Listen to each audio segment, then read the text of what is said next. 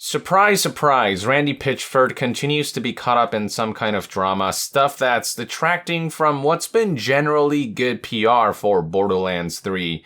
The guy just cannot seem to be able to keep his mouth shut or be composed about his responses, and it's causing all this negative reception that is just dragging all the work that developers are putting into Borderlands 3 through the mud that is Randy Pitchford's ego. Many of you probably know what's been going on, but just to recap briefly, it all began with a tantrum that Randy Pitchford threw against Game Informer for accurately reporting the fact that Randy Pitchford said no microtransactions, and yet there will be microtransactions in Borderlands 3. And I'm sure we're going to do all kinds of fun customizations like heads and skins, but we're not doing any of that free-to-play junk. There's not going to be any microtransactions. There's not going to be any of that nonsense.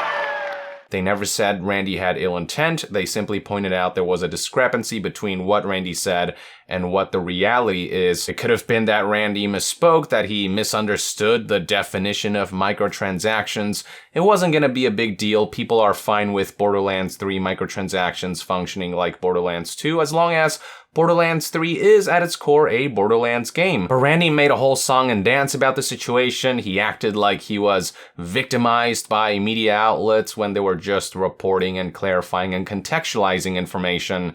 And it just made the whole story bigger than it needed to be. Randy kind of played himself on that front. And then not long after that, there's the whole situation with former Gearbox VP of Business as well as former Claptrap voice actor David Eddings when a fan asked them, hey, why aren't you coming back to reprise your role as Claptrap? He expressed discontent over Gearbox not willing to pay him for his voice work. Basically, the way it used to work for Borderlands 1 and 2 was that because he was VP of Business, because he already had a salary, he was expected to voice Claptrap for free as just this extra thing.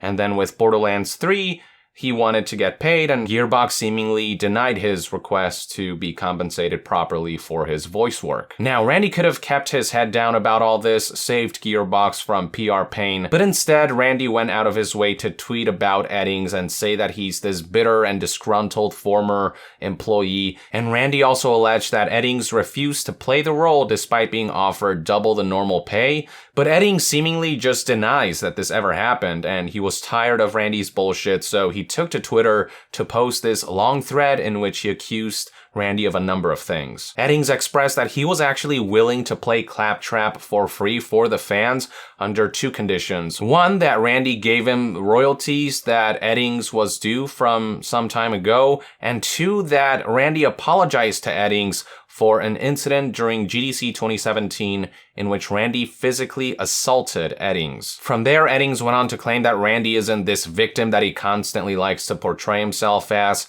He recounted how Randy at one point stalked him on social media, so Eddings had to block him. And he also brought up the lawsuit against Randy Pitchford, part of which involves an accusation that Randy took a $12 million bonus that was meant for the whole studio for himself. Interestingly, since Eddings' accusations have come forth, Randy has been uncharacteristically silent. He hasn't retorted. He sort of kept his head down. Not sure if it's because he's finally starting to see that him engaging on Twitter and going on a rant isn't doing Gearbox any good, or if he's nervous about the fact that Eddings is getting deeper into the story here. Maybe Randy is foreseeing consequences if they keep digging into the story, but either way, Randy's just been very quiet about all this, but Eddings hasn't stopped there. Eddings was recently contacted by news outlet Newsweek, and they asked him some questions about the incident, and Eddings was happy to provide additional details. One of the first things that the article relayed was that, according to Eddings, Randy's claims that he offered Eddings 2 times the normal rate to play Claptrap to reprise the role was completely false. The relevant portion of the article reads, quote, Eddings claims an offer like that was never made. The article then highlighted Eddings' account of Randy's weird tendency to be unprofessional in the workplace and pull off these strange and uncomfortable pranks. For example, one time, Randy asked Eddings to sort of do the voice of Claptrap during a studio tour despite the fact that his voice had given out not long before. Eddings had lost his voice recently, but he decided to do it anyway. And he was waiting for Randy to give him the cue to come out and do the Claptrap voice. But then out of the blue, apparently Randy came in to where he was and gave him a wet willy, apropos of nothing. And according to the article, Eddings recounted this particular incident with the following statement. Randy had gone into the booth, yanked my cans off, and stuck a wet finger in my ear that he had licked. He jumped back and he cackled at me. Christoph and I are looking at each other like, what just happened? But occurrences like these would seemingly be minor compared to what happened during GDC 2017, which was when the alleged assault from Randy against Eddings happened at a hotel. Apparently, this whole altercation began with Eddings getting a tip from two people about somebody named Greg Richardson wanting to sell off Gearbox, wanting to sell the company, and going out of his way to set a price for the studio. Eddings was taken aback by this. He told these two people that he's the VP of business and yet he doesn't know anything about all this, which raises all kinds of red flags, but that information was duly noted and the sources asked Eddings to not reveal their identities for their protection. So with this information in hand, Eddings met up with Randy at the hotel and he whispered in his ear this information he had heard that a guy named Greg Richardson was trying to sell the company. And Randy's response was apparently something along the lines of, bullshit, who told you? Now, an important bit of context is that it would seem as though the name Greg Richardson is one that was familiar to Randy Pitchford at the time. You know that ongoing lawsuit involving Wade Callender, former Gearbox lawyer, suing Randy Pitchford? Part of the accusation, which involves the $12 million, which Randy allegedly took for himself rather than distribute to the whole studio. In that lawsuit's documents, Greg Richardson is listed as an investment broker who this Wade Callender fellow helped Randy secure and hire years back. And indeed, if you look up Richardson on LinkedIn, you can see right here that he's listed as a private equity investor and senior advisor, and among the companies he was contracted by is none other than Gearbox Software, so that lines up. It would seem as though Randy definitely knew who this Richardson was, so he got flustered when he heard this news from Eddings about somebody trying to sell the company, and then Randy proceeded to ask Eddings who his sources were. He asked them, who told you this information? I need to know. Eddings said no, he wanted to protect the source's identity, and when Eddings refused, he proceeded to physically assault him by shoving him, which resulted in minor bruises on his ribs. The way Eddings described the incident reads as follows. He shoved the fuck out of me while I'm on the balls of my feet trying to whisper. He knocked me back 4 steps. I believe I caught him in a deception. Now, when Eddings talked about this alleged physical assault on Twitter, it was all hearsay. There wasn't much in the way of evidence or anything of the sort. But now Eddings has come forward with 2 witnesses who saw the event, one indirectly and one directly. One of the witnesses is a man named Mario Kroll, and while he didn't witness the exact moment in which this happened, as he had to step out for a bit for some meeting, when he came back, he did see that Randy Pitchford was visibly angry, and then when he went to check up on Eddings, the way he described what he saw was that Eddings was, quote, noticeably upset about what he described as an altercation with his boss. As for the second witness, he is none other than Gearbox co-founder Landon Montgomery, who actually corroborated Eddings' account on this whole situation, providing the following statement. David leaned up to whisper something to Randy, and out of the blue, Randy shoves him hard. And then to top all of this off, Eddings sent Newsweek screenshots of a text message exchange between himself and Randy that took place shortly after Randy shoved him. In this text thread, you can see that Eddings began by expressing disappointment in Randy for his knee-jerk reaction to basically kill the messenger when Eddings gave Randy all the relevant information while adhering to his promise to his sources that their identities would be kept secret. And Randy responded to Eddings' text messages with this. Who the fuck are you loyal to? Gearbox or some fucking random guy? And what the fuck are they going to lose if they are exposed? If they are lying, you want to know that. If they were lied to, they want to know that. I asked you what you heard and who you heard it from, and you did not tell me. If someone is telling you things that are not true and asking you to give you their word not to tell me, and you abide by those conditions, then you are an idiot, and so are they.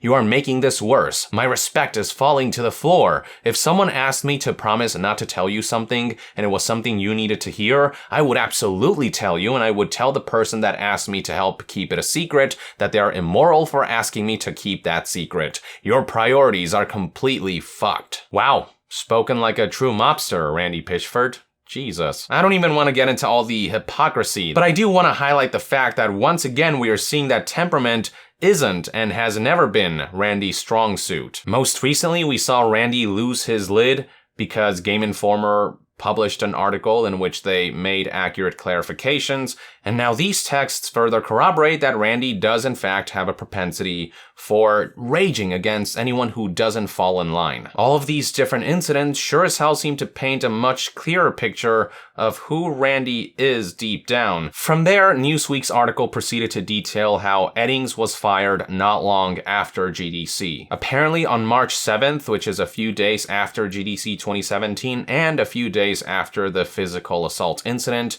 by Eddings' account, Randy Pitchford, quote, rage fired him because Eddings wouldn't divulge the information on Richardson and his sources.